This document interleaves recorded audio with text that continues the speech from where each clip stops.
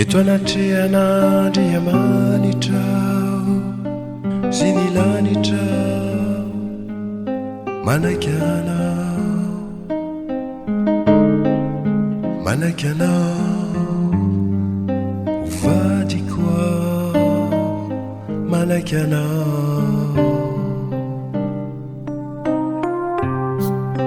Ireo kony amany lanitra mahita izao fotoana izao, manaky anao hovadiko ao, manaky anao.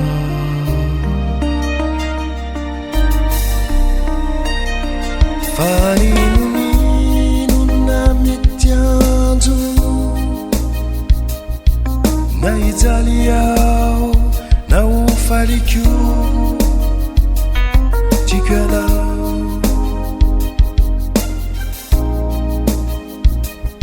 tiako anao.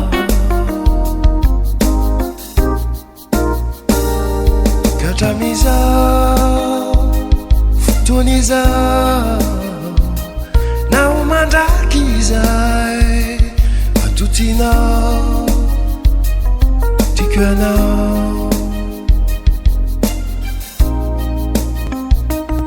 tiako anao.